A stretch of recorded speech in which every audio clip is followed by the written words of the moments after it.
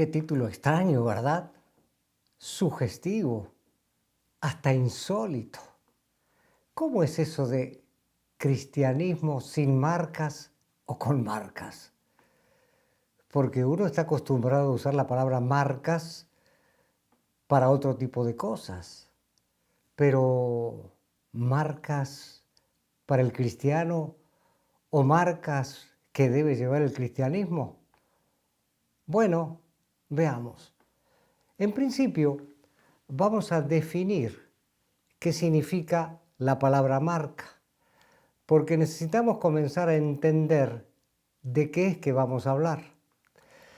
La palabra marca es una señal, una huella, un distintivo, una cicatriz. Es un nombre o una palabra que identifica a una organización, una empresa, un producto, elemento o artículo, pero también es señal de propiedad. Claro, generalmente una marca es visible.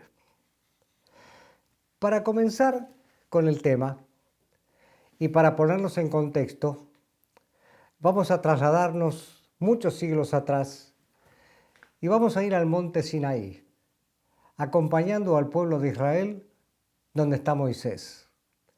El momento era muy especial, porque Dios quería hablar específicamente con el pueblo para darle algunas leyes.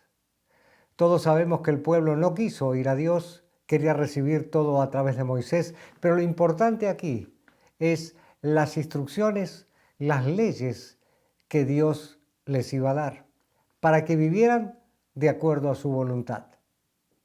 Entre esas leyes estaban los 10 mandamientos que todos conocemos perfectamente bien. Pero además, había una ley muy particular que se refería a cómo tratar a un esclavo hebreo. Sí. Una ley que incluía el tratamiento a un esclavo hebreo. Entonces vamos a ir a la palabra de Dios para comenzar a entender de qué se trataba esta ley. Dice así la palabra de Dios. Si el esclavo llega a declarar: yo no quiero recobrar mi libertad, pues le tengo cariño a mi amo, el amo lo hará comparecer ante los jueces, luego lo llevará a una puerta o al marco de una puerta y allí le horadará la oreja con un punzón. Así el esclavo se quedará de por vida con su amo. Éxodo 21, 5, la primera parte, y versículo 6. Bien, para entender lo que leímos, aquí nos damos cuenta de las instrucciones que Dios estaba dando para el tratamiento de un esclavo hebreo. Un esclavo hebreo habitualmente estaba al servicio de su amo por 6 años. Pero pasados los 6 años, el esclavo hebreo podía elegir irse de la casa y libre o comprado por otro propietario. Pero sucede también que si el esclavo decidía quedarse con su amo voluntariamente, se lo comunicaba. Le decía, por ejemplo: yo lo pasé muy bien durante estos años, amo a usted, lo amo a usted, a su familia, y yo me quiero quedar de por vida voluntariamente, siendo esclavo y sirviéndole. ¿Qué es lo que hacía el amo? Muy bien. Si tú decides eso, necesitamos legalizar tu decisión ante los jueces. Tenían que ir entonces hacia los jueces, hacia la autoridad, para que la autoridad elaborara un documento donde declaraba oficialmente que por voluntad propia, por decisión propia, el esclavo se quedaría toda la vida con el amo. Pero no solamente eso. Luego tenían que hacer un agujero, un orificio en su oreja, como una marca en señal de propiedad. Notemos entonces que no solamente estaba el documento firmado, ahora había una marca en la oreja del esclavo decidiendo quedarse de por vida sirviendo a su amo. Así que tenemos aquí algo interesante. Servicio de por vida, marca de por vida. Yo le pertenezco a mi amo, yo sirvo a mi amo voluntariamente durante toda la vida. Muy bien. ¿Qué se nota aquí? ¿Qué se ve aquí? Que la marca visible del esclavo era señal de una marca invisible. Algo que había ocurrido en su interior y que lo manifestaba para recibir la marca de manera voluntaria. Salimos ahora del Antiguo Testamento.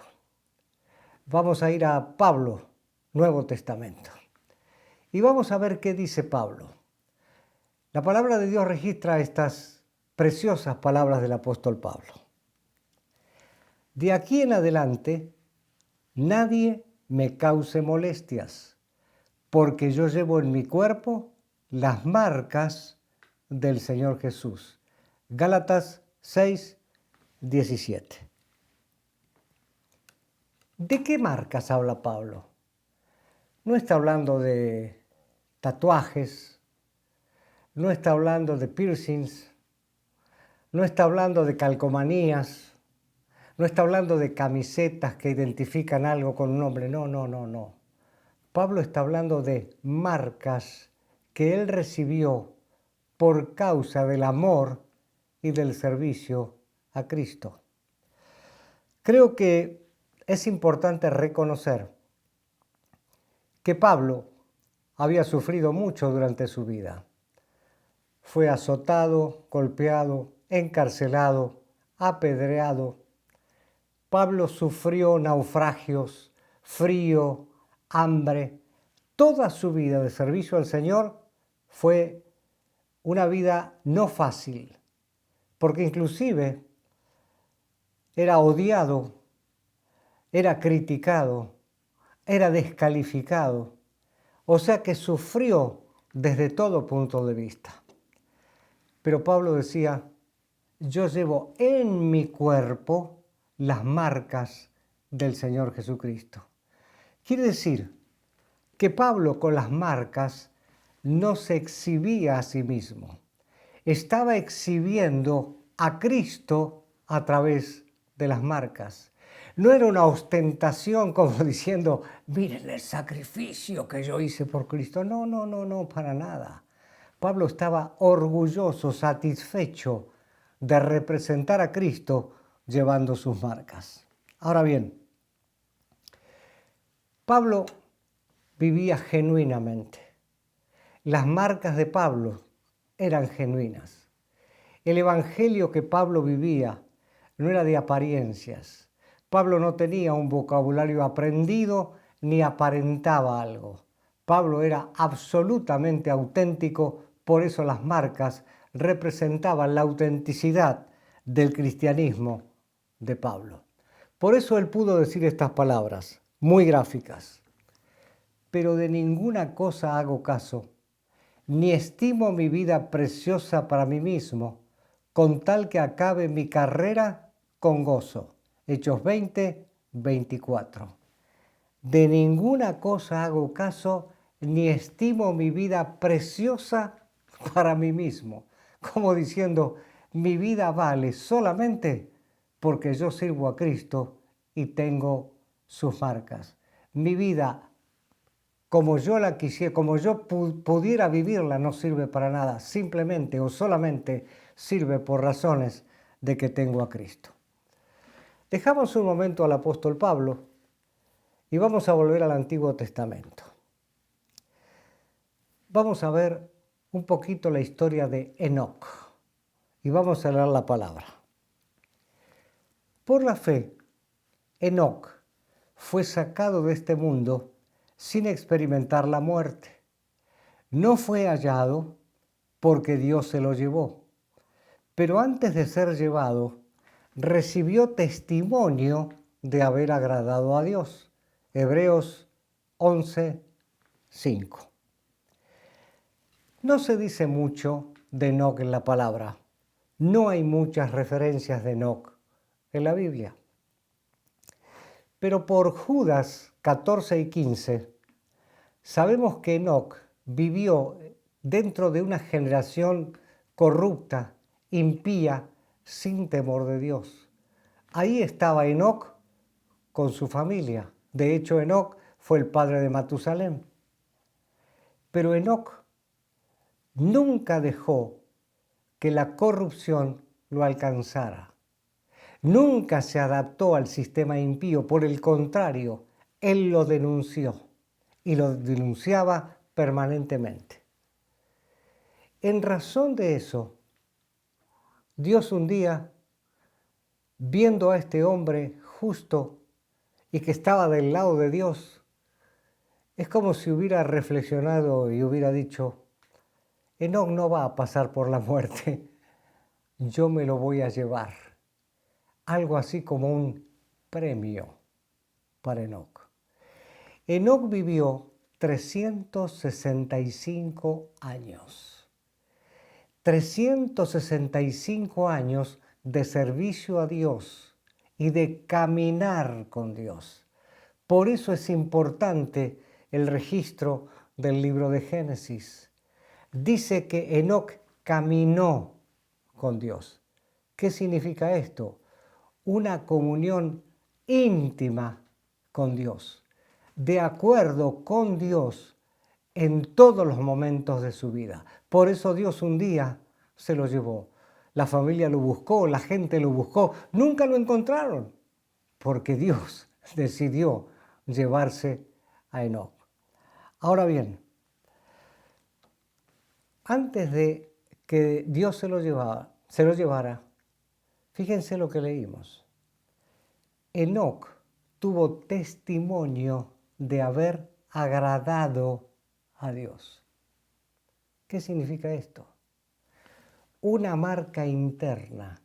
Tuvo testimonio, tuvo un sello, tuvo una señal en su interior de haber agradado a Dios. La marca de Enoc entonces fue agradar a Dios. Luego de hacer esta reflexión respecto a Enoc, vengamos a la iglesia de hoy, a ustedes y a mí, a cada uno de nosotros en el siglo XXI. La iglesia, yo, ustedes, ¿estamos agradando a Dios? Porque a veces nos conducimos de una manera donde podríamos pensar que estamos agradando a Dios, pero no es así. ¿Qué significa la palabra agradar? Ser aceptable y aceptado por la forma de conducirse. Ser aceptado y aceptable por la forma de conducirse. También significa complacer a Dios. Quiere decir que no es un agradar a Dios de acuerdo a como a nosotros nos parece, sino agradar a Dios de acuerdo a su voluntad y de acuerdo a su corazón. La pregunta sería: Dios, ¿te estamos agradando de acuerdo a tu propósito y a tu voluntad? ¿Tiene hoy en día la iglesia la marca de agradar a Dios? Amados, los dejo con la reflexión. Vamos a seguir. Vamos ahora a Génesis. Y en el capítulo 4 se relata la historia de dos hermanos, Caín y Abel. Un día estos dos hermanos ofrecieron una ofrenda al Señor. Una ofrenda de alabanza, adoración, reconocimiento. Caín presentó al Señor una ofrenda del fruto de la tierra, quizá eran vegetales que le presentó al Señor. Trajo la ofrenda y la presentó. Abel no hizo eso. Abel fue al campo, al ganado, eligió el mejor de los animales, el primogénito, el más gordo, lo mejor. Lo trajo al Señor y lo sacrificó. Lo sacrificó. Vamos a leer ahora qué dice la palabra respecto a las dos ofrendas. Dice así: por la fe, Abel ofreció a Dios más excelente sacrificio que Caín, por lo cual alcanzó testimonio de que era justo, dando Dios testimonio de sus ofrendas, y muerto aún habla por ella. Hebreos 11:4. Dos ofrendas, dos resultados diferentes. Dos ofrendas, dos juicios diferentes que Dios establece. Caín, casi como un formalismo, presentó lo que tenía. Bueno, Dios, esto es lo que tengo, lo presento. Pero Abel se ocupó específicamente de presentarle a Dios algo de valor, un primogénito, lo más gordo, lo mejor. Además, hizo un sacrificio como diciendo: Dios, el animal está sacrificado, pero esto es símbolo de que mi vida está entregada a ti. Por eso nosotros leímos esto. Por la fe, Abel ofreció a Dios más excelente sacrificio que Caín. Más excelente. Excelente significa superior, extraordinario, más allá de lo común. Anunciando con la calidad de la ofrenda, pero que salía de su corazón, que Dios para él era de mucho valor. Uno presentó una ofrenda formal, otro estaba entregando una ofrenda valorando a Dios y lo que Dios era para su vida. Pero es muy importante que por esa ofrenda el Señor lo vio como justo, lo declaró justo. Pero me llama la atención que dice que Abel hoy en día, aún muerto, habla por la ofrenda. ¿Cómo explicar esto? Abel está muerto, pero fue tan poderosa la acción, fue tan poderoso el valor que él le dio a Dios, que la historia registra esto, y lo que él hizo, hoy lo podemos estar hablando. Así que tenemos un muerto que habla poderosamente y una ofrenda que habla poderosamente. La marca de Abel fue el valor que le daba a Dios en su vida. También quiero hacer una reflexión con ustedes. ¿Qué valor le estamos dando hoy a Dios en nuestras vidas? Y yo sé que lo que digo puede sonar muy extraño. ¿Cómo, Dardano, qué valor le estamos dando al Señor en nuestra vida?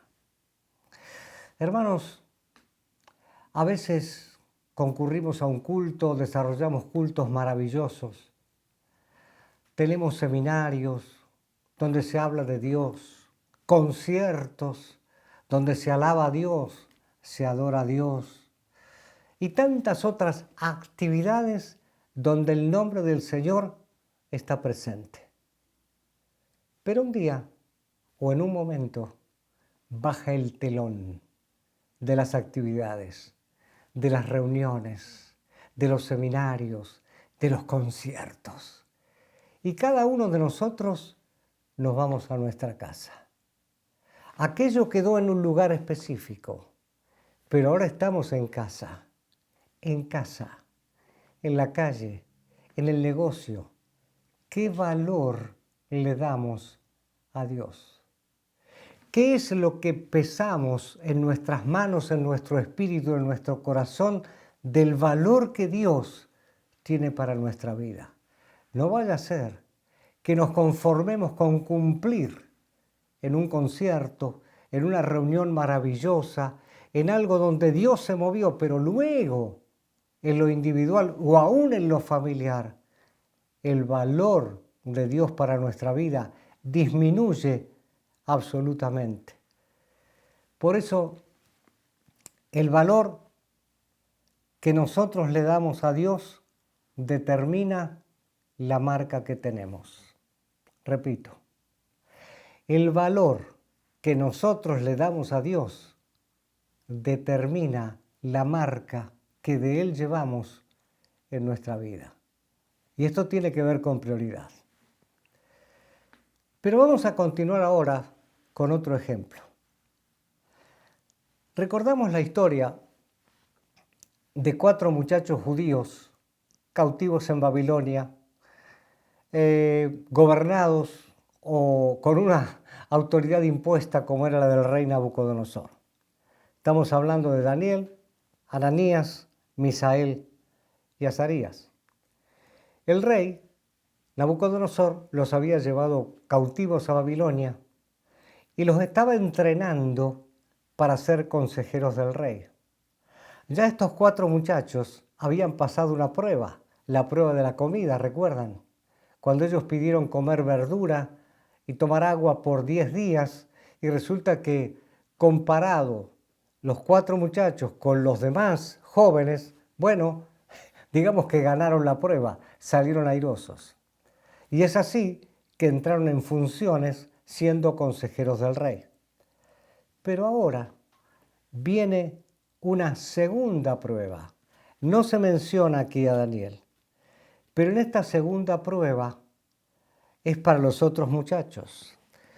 Recordamos que hubo un cambio de nombre. A Ananías se lo llamó Sadrac, a Misael Mesac y a Azarías Abednego. El rey Nabucodonosor, lleno de orgullo y de soberbia, con un poderío ilimitado, desbordado totalmente en la consideración del mismo, decide levantar una estatua. Levanta una estatua gigantesca y da una orden de que todos, absolutamente todos, oyendo la música en un momento determinado, tenían que inclinarse y adorar la estatua de Nabucodonosor, pero además a los dioses que Nabucodonosor servía. Esto sucede con todo el pueblo, pero llega a oídos de Nabucodonosor que estos 3 muchachos no obedecieron la orden. Ellos se negaron a adorar o a inclinarse ante la estatua de Nabucodonosor.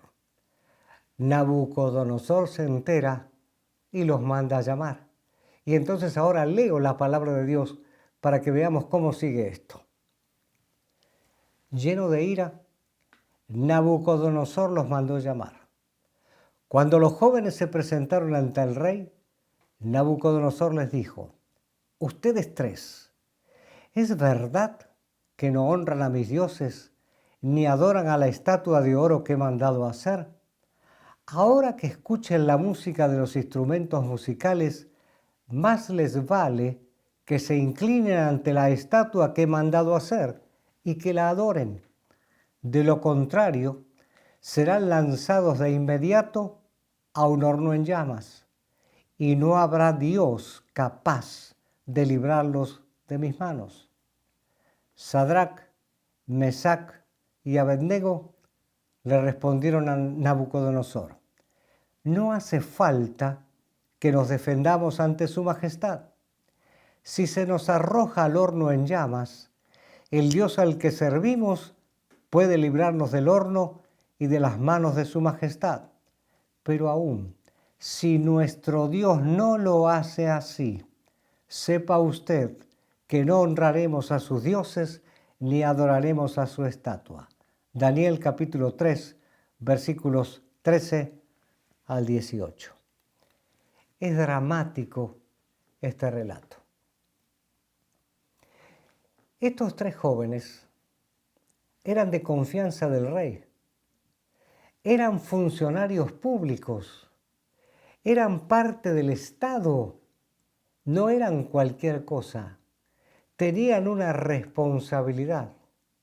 Sin embargo, ellos tenían muy claro que estar cumpliendo una función pública no los obligaba a obedecer las cosas injustas que Nabucodonosor pretendía. Por eso hay algo que necesitamos destacar aquí. Cuando Nabucodonosor los enfrenta y les dice, no habrá Dios capaz de sacarlos del horno ardiendo donde los voy a meter, ellos no argumentan, no ruegan, no piden, no. Ellos les dicen, rey, ni siquiera vamos a hablar del asunto. No, porque hay un Dios a quien servimos.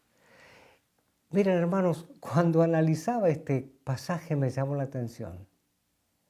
No había reparado antes en el Dios al que servían. En el diálogo con Nabucodonosor, ellos le dicen, Nabucodonosor, nosotros servimos a Dios. Estamos aquí, estamos en una función pública, pero queremos que sepa usted, rey, que finalmente nuestro objetivo de vida es servir a Dios. Y servir a Dios significa obedecerlo. Por eso no vamos a discutir, no vamos a argumentar, no vamos a pedir, no vamos a llorar ni a lamentarnos para que nos tenga consideración. Dicen, el Dios al que servimos puede librarnos del horno y de las manos suyas también. Una absoluta tranquilidad y confianza en que Dios los podía librar. Pero lo que viene ahora es maravilloso. Dice, pero aún así, si nuestro Dios no lo hace así, sepa usted que no honraremos a sus dioses ni adoraremos a la estatua. Esto realmente es emocionante. Dios puede librarnos. Confiamos en Él porque Él tiene el poder para hacerlo. Pero aún así, si Dios no nos libra, Rey, Dios sigue siendo Dios. No nos sentiremos defraudados porque Dios no nos libre. Hermanos, esto es maravilloso porque tiene que ver con lealtad. La honra y la lealtad de estos jóvenes a Dios no dependió de que Él los librara o no. ¿Cómo terminó esta historia? El rey Nabucodonosor miró dentro del horno y en lugar de 3 que había echado, vio 4. Un ángel del Señor paseándose en medio del fuego, protegiendo a los muchachos. Y se espantó tanto que mandó sacarlos. Y ahí cambió toda la historia, porque él mismo reconoce que el Dios de los muchachos era el Dios verdadero. Y luego viene una serie de órdenes muy importantes. Pero lo que quiero destacar es la lealtad. Por eso, la marca de Sadrac, Mesach y Abednego fue la lealtad a Dios. Como parte de la Iglesia de Jesucristo, ¿cómo estamos nosotros con la lealtad hacia nuestro Señor? ¿Llevamos la marca de la lealtad? ¿Podemos mostrar la marca de la lealtad al Señor y a otras personas a través de nuestras palabras, de nuestras acciones, de nuestras relaciones, de todo lo que nosotros hacemos? ¿O a veces nos vemos comprometidos en determinada circunstancia y falla nuestra lealtad a Dios y hasta decimos, bueno, Dios conoce que todavía soy débil, no he crecido? Hermanos, yo creo que a esta altura de nuestra vida cristiana y de todo lo que hemos recibido del Señor, de nuestra experiencia con Dios, tiene que haber una lealtad que no esté dividida, que no traicione, que no tenga doble cara. Una lealtad donde lo blanco es blanco y lo negro es negro, porque lo demás no pertenece a la marca inconfundible que debe tener un cristiano y la Iglesia de Jesucristo. Ahora bien, el último ejemplo que vamos a ver, Abraham. Abraham, como todos sabemos, no tenía hijo. Dios le prometió un hijo. Nace Isaac milagrosamente porque ellos eran muy mayores, Abraham y Sara muy mayores. Pero Dios les da a Isaac, el hijo de la promesa. Isaac crece, se convierte en un joven. Y un día Dios le dice, Abraham, quiero que me entregues a Isaac.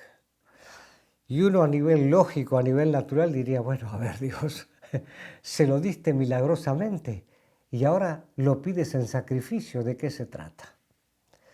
Bueno, es muy notable y no lo vamos a leer, simplemente lo menciono por si alguno después lo quiere buscar. En Génesis 22:1, ¿saben cómo dice la palabra? Pasado cierto tiempo, Dios puso a prueba a Abraham. A ver, Dios, ya habías caminado mucho tiempo con Abraham, ya lo conocías profundamente. ¿Una prueba a Abraham? Tú dijiste que él iba a ser padre de naciones, que él iba a ser una persona exaltada, padre de multitudes. Sí, sí, sí. Dios necesitaba una confirmación, pero quizá no tanto él, para Abraham mismo, de hasta dónde podía llegar con Dios. Pasado cierto tiempo, viene la prueba. Vemos por la palabra que Abraham toma a su hijo y hace todo lo necesario para trasladarse al lugar del sacrificio, allí lo ata y ya sabemos lo que pasó. En el momento de levantar el cuchillo para matar a su hijo, un ángel del Señor le dice, no lo hagas, no lo hagas, no lo mates, porque ya he visto que temes a Dios. Esto es maravilloso porque nos damos cuenta de algo.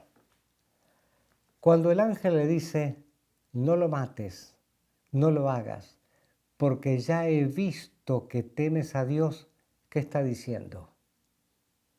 En tu corazón, Abraham, ya lo entregaste.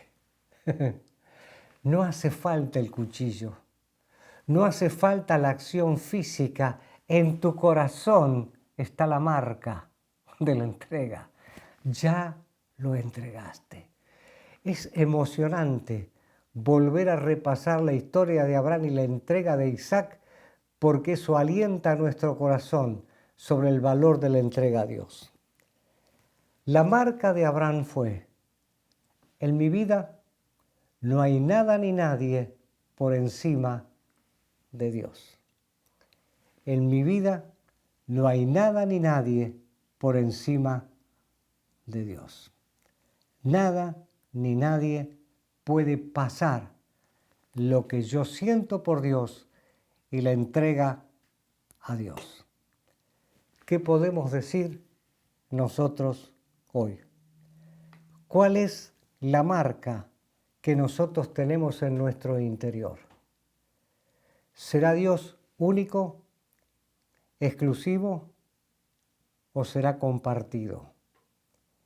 La lección de Abraham hace que reflexionemos de cómo valoramos a Dios y de si Dios está por encima de todo y de todos. Llegando al final de lo que quería compartir con ustedes, sé que estamos viviendo un tiempo que desafía nuestro cristianismo, desafía nuestra convicción de fe, desafía aquello que creíamos seguro y nos pone en duda muchas veces de aquel en quien creímos y de lo que creímos. Pero quiero leer un versículo para que afirmemos nuestra mente, nuestro corazón y nuestro espíritu y para que veamos cómo actúa el Señor. Dice así la palabra de Dios. Pero el fundamento de Dios está firme teniendo este sello. Conoce el Señor a los que son suyos y apártese de maldad todo aquel que invoca el nombre de Cristo. Segunda Timoteo capítulo 2, versículo 19. Todos sabemos que Jesucristo es el Señor, es el dueño, es el propietario de la iglesia. El día que nosotros nos entregamos a Él, fuimos comprados. Quiere decir que nosotros somos propiedad del Señor. Ahora, dice la palabra, el fundamento del Señor tiene un sello, tiene una marca. Conoce el Señor a los que son suyos. Conocer, ¿a qué se refiere? Cuando dice que el Señor conoce, a una identificación, a un reconocimiento de cada persona que dice que es suya con base en una comunión íntima. No es decir, es una marca. Entonces, mi hermano, te quiero preguntar, ¿tú puedes decir, el Señor me conoce, el Señor me discernió porque tengo la marca, porque tengo una comunión tal con Él que no hay nada ni nadie que me pueda mover? Conoce el Señor a los que son suyos. Y entonces, luego viene el complemento del versículo. Se aparta de maldad todo aquel que invoca el nombre de Cristo. Una acción automática. Quien tiene la marca, porque es conocido por el Señor como un discípulo suyo, automáticamente se aparta de todo lo que es maldad. Apartarse de maldad. Maldad indica aquello que es malo en su influencia. Nosotros hablamos de pecado y lo asociamos con maldad, y es cierto. Pero maldad también es aquello que es malo en influencia y que tiene un efecto maligno, pero que además es injusto y malo desde el punto de vista de Dios. Hoy en día, como dije antes, estamos viviendo etapas de desafío. Parientes, amigos, compañeros de estudio, compañeros de trabajo, los pueden estar llevando por caminos equivocados. Necesitamos hoy identificarnos con las marcas de esta gente y preguntarnos, ¿qué marcas tenemos nosotros hoy? Hermano, Hermana, ¿cuál es tu marca cuando usas Twitter o Facebook, Instagram? ¿Qué mensaje dejas? Ese mensaje, ¿qué marca lleva? ¿La marca de lo que habla el sistema? ¿La marca del entretenimiento? ¿La marca de lo mediático? ¿La marca de lo pasatista, donde se pierde tiempo sin sentido? O alguien puede decir, ese mensaje me dejó marcado, ese texto me dejó marcado, tiene algo de Dios que yo no había visto. Creo que necesitamos recapacitar. Y no nos estamos dando cuenta, pero sutilmente, y hablo de las redes sociales porque es lo que está en boga, pero hay otras situaciones, elementos y cosas en las que debemos cuidarnos para ver qué marcas, qué huellas, qué señales estamos nosotros dejando. Necesitamos reconocernos como una iglesia como la iglesia de Jesucristo. Y miren, lo que voy a leer ahora creo que tiene que sonar como si fuera la primera vez que nosotros lo hemos leído en nuestra vida para valorar quiénes somos en Cristo Jesús. El apóstol Pedro, inspirado por el Espíritu Santo, dice así: pero ustedes son raza elegida, sacerdocio real, nación consagrada, pueblo de su posesión, destinado a proclamar las grandezas de quien los llamó de las tinieblas a su luz maravillosa. Primera Pedro 2:9. Fijémonos. Primero, como iglesia somos la exclusividad de Dios. Somos la raza elegida. Eso es una marca. Somos el sacerdocio real. Eso es una marca. Somos la nación consagrada o apartada. Eso es una marca. Somos el pueblo de su posesión. Eso es una marca. ¿A qué vamos a comparar lo que estamos leyendo con todo lo que estuvimos analizando y con todo lo que el mundo nos está presentando? ¿Qué marcas vale la pena llevar? ¿Las marcas de la propuesta del mundo o las marcas de Cristo que nos identifican como cristianos? Voy a orar al Señor para que la iglesia de Jesucristo recupere la conciencia del valor que tiene para Dios, de las marcas que tiene que tener y que es un enorme privilegio exhibir las marcas de Él en nuestras vidas. Padre, tu palabra nos está hablando. Realmente, Señor, que tu iglesia en este día, en este tiempo, reflexione para ver cuáles son las marcas que exhibe. El mundo nos quiere engañar, haciéndonos ver la aparente importancia de otras marcas. Pero esas marcas jamás perdurarán, jamás serán verdaderas. Las verdaderas marcas son aquellas que nosotros llevamos por ti. Marcas internas que se expresan en lo externo.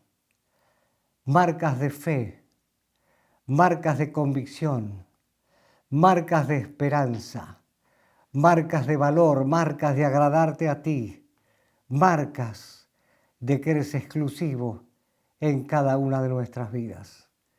Señor, Pablo le dijo a los efesios que en este mundo en oscuridad nosotros resplandecemos como luminares en el mundo. Padre, en el nombre de Jesús, oro para que la iglesia de Jesucristo en este día, en este tiempo, recupere el sentido de luz y viva de acuerdo a las marcas, que realmente sea marcada por una devoción a ti, una vida de consagración, una vida de apartamiento, para que el mundo reconozca que estuvimos contigo. Los primeros cristianos fueron llamados así en Antioquía.